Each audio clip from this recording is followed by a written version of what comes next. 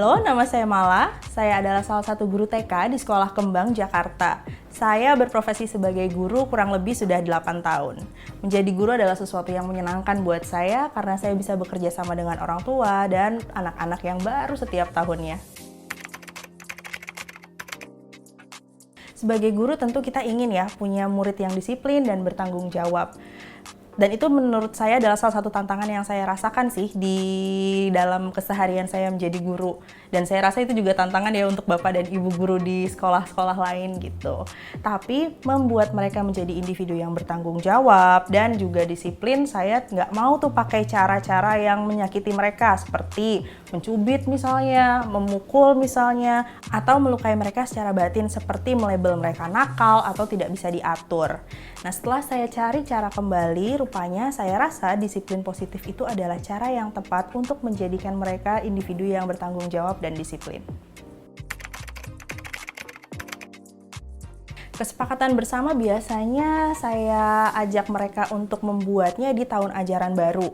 Jadi saat mereka masuk ke kelas tuh belum ada peraturan apa-apa. Dan saya ajak mereka untuk menyepakati bersama peraturan yang berlaku di dalam kelas. Setelah disepakati, kita gambar, kita tulis, lalu ditempel di tempat yang sesuai dengan mereka. Jadi mereka bisa melihatnya setiap saat seperti itu.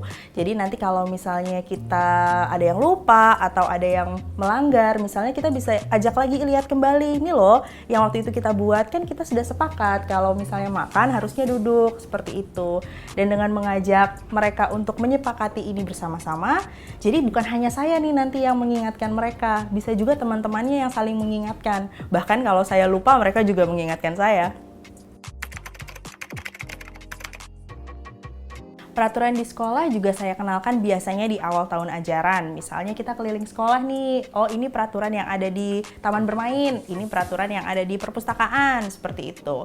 Selain juga peraturannya, saya juga mengajak berdiskusi tentang apa yang bisa terjadi kalau peraturan ini tidak dijalankan. Misalnya, bagaimana ya kalau misalnya main trampolin lebih dari 2 orang, apakah menurut kalian itu aman?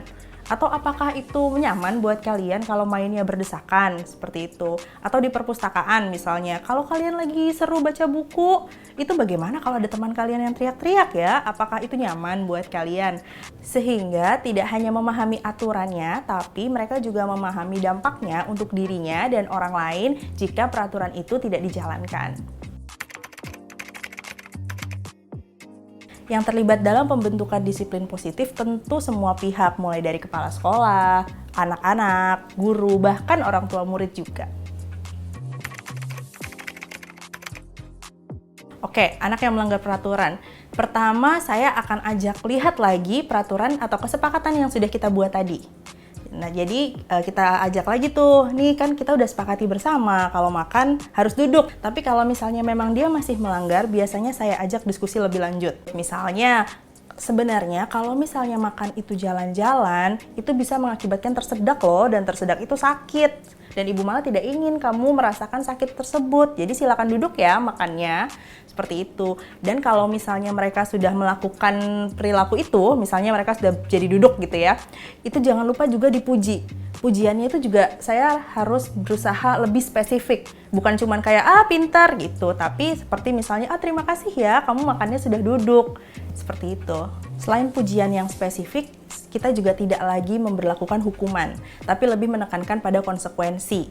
Misalnya kalau ada anak-anak yang menumpahkan air gitu ya, kita tidak lagi kayak marah-marah kayak, kamu kok nggak hati-hati, oke nanti kamu nggak istirahat, kamu mainnya di dalam aja. Itu hukuman. Dan yang kedua, itu tidak berhubungan dengan apa yang dia lakukan. Dan biasanya saya ajak dia dulu untuk memahami situasinya. Oke, meja kamu basah. Lalu apa ya yang bisa kita lakukan? Kalau anaknya udah lebih besar, mungkin dia tahu harus ambil lap atau tisu. Tapi kalau misalnya anaknya masih kecil, biasanya kita boleh loh ajak mereka untuk mengetahui cara-caranya. Misalnya kamu bisa ambil lap di sana, seperti itu. Dan mungkin mereka membersihkannya nggak terlalu bersih karena mungkin tangannya belum terbiasa atau badannya memang belum siap. Dan kita akan menyelesaikan itu sih, tetap membantu mereka. Tapi di sini mereka sudah berusaha untuk bertanggung jawab atas perilaku yang dia lakukan, dan itu berkaitan gitu. Jadi kalau dia memang menumpahkan, ya dia harus merapikan, seperti itu. Oke, mereka bertengkar salah satunya mungkin karena berebut mainan misalnya ya.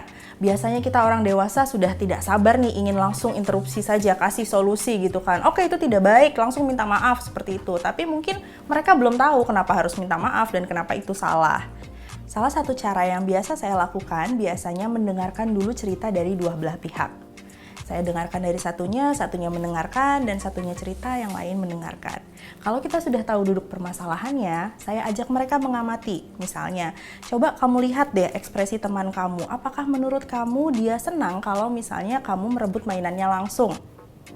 Oke, kalau misalnya tidak, kira-kira apa yang bisa kita lakukan supaya dia menjadi happy lagi atau senang lagi? Seperti itu. Misalnya dia menjawab minta maaf. Nah, di sini kalau dia minta maaf, dia jadi lebih tahu kenapa dia harus minta maaf, seperti itu. Dan ini juga melatih empatinya dia dengan temannya. Di saat dia sudah selesai minta maaf, kita juga tanya lagi nih sama yang satunya. Misalnya, apakah itu sudah membuat kamu merasa lebih baik? Kalau belum, kira-kira apa yang bisa kita lakukan untuk kamu merasa lebih baik? Ini juga mengajarkan sama mereka bahwa mereka itu harus mengenali emosinya dan mengenali kebutuhannya. Seperti itu. Mungkin, oh dipeluk, kamu mau dipeluk? Oke, jadi boleh peluk temannya. Nah, baru mereka bisa baik-baik kembali. Seperti itu. Di sini saya menyimpulkan bahwa konflik adalah momen di mana kita dapat mengajarkan konsep baru kepada anak-anak. Sehingga kalau mereka menemukan situasi yang sama, mereka bisa menggunakan cara tersebut untuk menyelesaikannya. Baik, membangun kebiasaan baru tentu butuh waktu ya. Tidak mungkin sekali kita ajarin langsung berubah. Tapi percayalah Bapak dan Ibu, kalau hal baik itu kita ajarkan secara konsisten terus-menerus, maka hasilnya juga akan baik. Begitu pula dengan konsep disiplin positif ini. Awalnya saya butuh waktu untuk melatih kepekaan saya untuk melihat hal-hal kecil pencapaian dari anak-anak yang bisa saya puji. Menerapkan konsekuensi tentu butuh kesabaran. Tapi saya yakin jika hal baik ini kita lakukan terus-menerus secara konsisten, tentu akan menjadi suatu kebiasaan baik juga.